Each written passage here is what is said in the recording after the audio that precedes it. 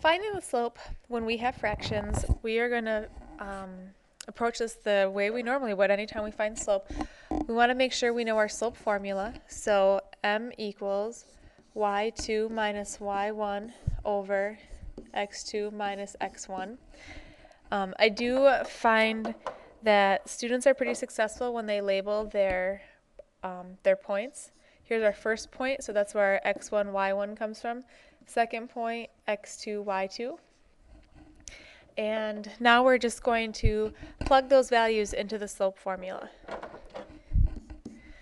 So y2 minus y1, our y2 value is a 3, minus the y1 is a 5 halves. So we're going to have to deal with this fraction in a minute, but that's okay. X2 minus x1, x2 is 5 halves, minus x1 is a negative 1 half. So look out for these minus the negatives. Anytime that happens, it becomes plus. We can't forget that. So as we simplify this, we have our, I'm going to do the denominator first. 5 halves plus 1 half, because it already has a common denominator, we can add these and we'll get 5 plus 1 is 6 halves, which does just reduce to a 3, so that's nice. The numerator, we want to subtract this fraction, so let's go ahead and make the 3 a fraction, and then we have to get a common denominator between those two. We'll multiply the top and the bottom by 2.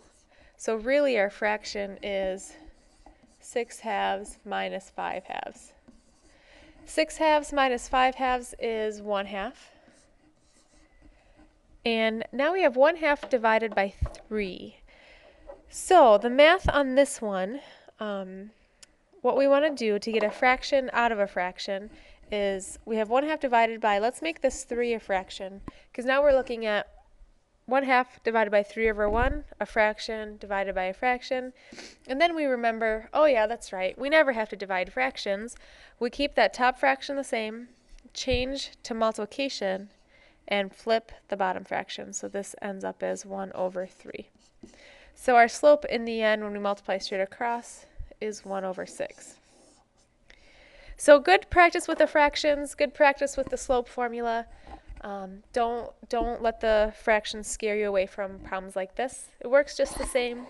We just had a few more details to work out.